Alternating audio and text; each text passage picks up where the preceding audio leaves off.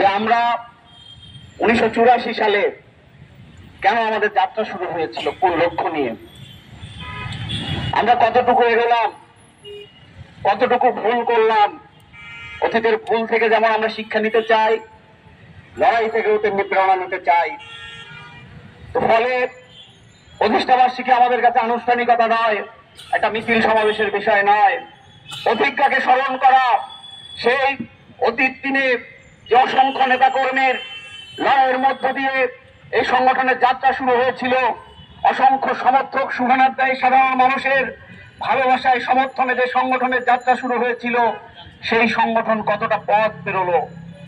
ফলে 1984 সালে এক স্বৈরাচারী শাসনের বিরুদ্ধে লড়তে গিয়ে যে সংগঠনের জন্ম, 41 বছর পরে সেই সংগঠন আরেকটা গণ অভ্যুত্থান মোকাবেলা করেছে।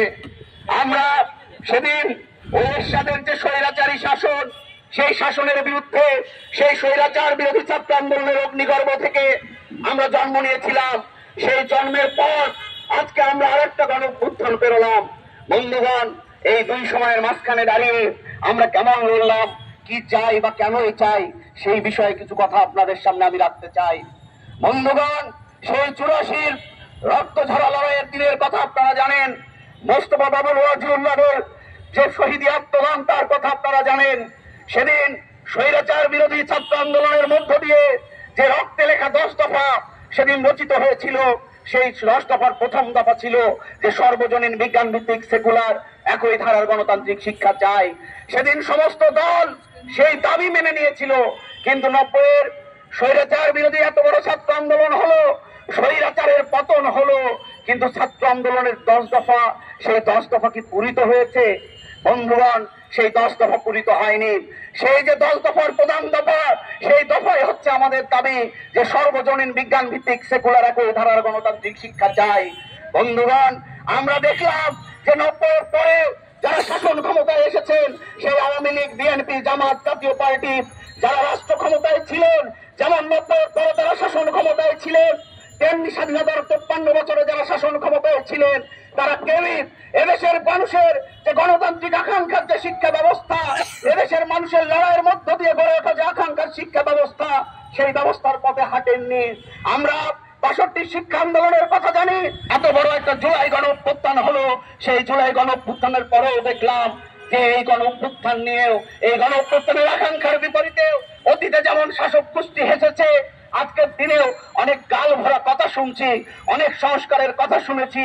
আপনারা আমাদের পূর্ববর্তী বক্তাদের কাছ থেকেও শুনলেন যে শিক্ষা সংস্কার যে কমিশন, আসলে আন্দোলন করলো তো ছাত্ররা, রক্তাক্ত হলো ছাত্ররা, জনতা তার পাশে এসে দাঁড়িয়েছে, জনতাও সম্মিলিতভাবে প্রাণ দিয়েছে, কিন্তু শিক্ষার্থীদের সেই দাবি কি আজকে যারা রাষ্ট্র ক্ষমতায় আছেন, গণঅভ্যুত্থানের পরে যারা রাষ্ট্র ক্ষমতায় বসেছেন, তারা কি সেটাকে কর্ণপাত করছেন?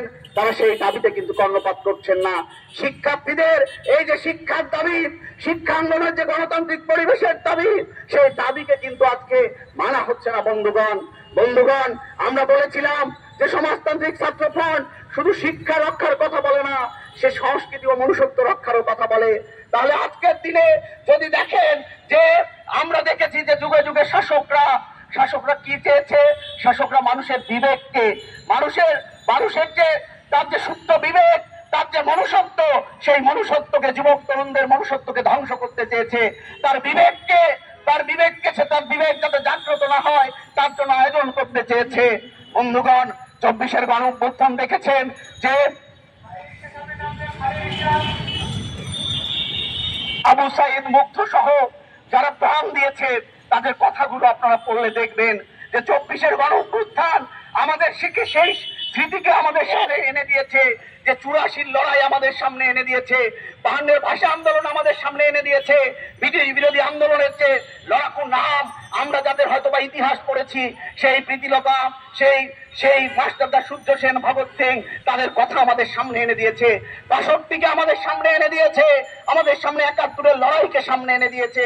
বন্ধুগণ, এই যে 24-এর গণ অভ্যুত্থান, সেই 24-এর গণ অভ্যুত্থানে যখন ওই যে আবু সাইদ 16 তারিখে প্রাণ দিল, সেদিন আবু সাইদ বলেছিলেন যে দেখুন, যে মরতে তো একদিন হবেই, মেরুদণ্ডটা সোজা করে মরুন, বলেছিলেন যে ওই যে আবু সাইদ সেই 69-এর গণঅভ্যুত্থানে শহীদ শামসুজ্জোহাকে স্মরণ করেছিলেন, বলেছিলেন যে স্যার শামসুজ্জোহাকে বলেছিলেন যে স্যার আপনার মতো চরিত্র এখন বড় প্রয়োজন, এবং মানুষের কাছে আহ্বান জানিয়েছিলেন যে আপনারা ছাত্রদের ঢাল হয়ে দাঁড়ান, ছাত্রদের পাশে মেরুদণ্ড নিয়ে দাঁড়ান, এবং বলেছিলেন যে মৃত্যু তো একদিন হবেই, সেই মৃত্যু যাতে মনুষ্যত্বের সাথে হয়, সেই মৃত্যু সাথে বিবেকবোধের সাথে হয়, যাতে আপনারা আজীবন শামসুজ্জোহা হয়ে বাঁচতে পারেন, সেই আহ্বান কিন্তু ওই আবু সাইদ রেখেছিলেন।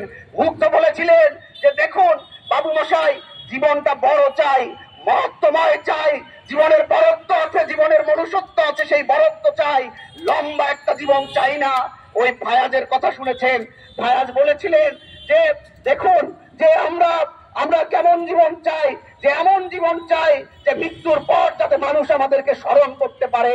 ওই যে বংশালের যে আমাদের যে ভাই 10ম শ্রেণীর ছাত্রদের আনাস, সে যেদিন 5 আগস্ট মিছিলে যাবেন সেদিন একটা চিঠি লিখে গিয়েছিলেন। বন্ধুগণ, সেই চিঠিতে কি লেখা ছিল? বলেছিলেন যে ঘরে বসে থাকা এটা মনুষ্যত্ববোধের পরিচয় না। বলেছিলেন যে লড়াইয়ের ঘরে ভীতু বসে থাকার থেকে লড়াইয়ের ময়দানে গুলি খেয়ে মরা ভালো, এবং মাকে বলেছিলেন যে আমি যদি মারা যাই গর্বিত হয়েও ভীত হয়েও না। বন্ধুগণ, এই যে আনাসের যে আহ্বান, মুক্ত আবু সাইদের যে শহীদ আত্মদান, সেই একে সুর আমরা দেখেছিলাম। এই যে গতকাল 20 জানুয়ারি শহীদ আসাদ দিবস ছিল, আপনারা জানেন 69-এর গণঅভ্যুত্থানে আসাদ প্রাণ দিয়েছিলেন, সেই আসাদের মৃত্যু খুব কাছ থেকে দেখেছিলেন। ওই 69-এরই আর এক বালক কিশোর মতিউর সেদিন ওই যে নবকুমার ইনস্টিটিউটের 10ম শ্রেণীর ছাত্র ছিলেন। মতিউরের কথা দেখুন, আজকে আনাসের যে সুর, সেদিন মতিউরের এক কথায় ছিল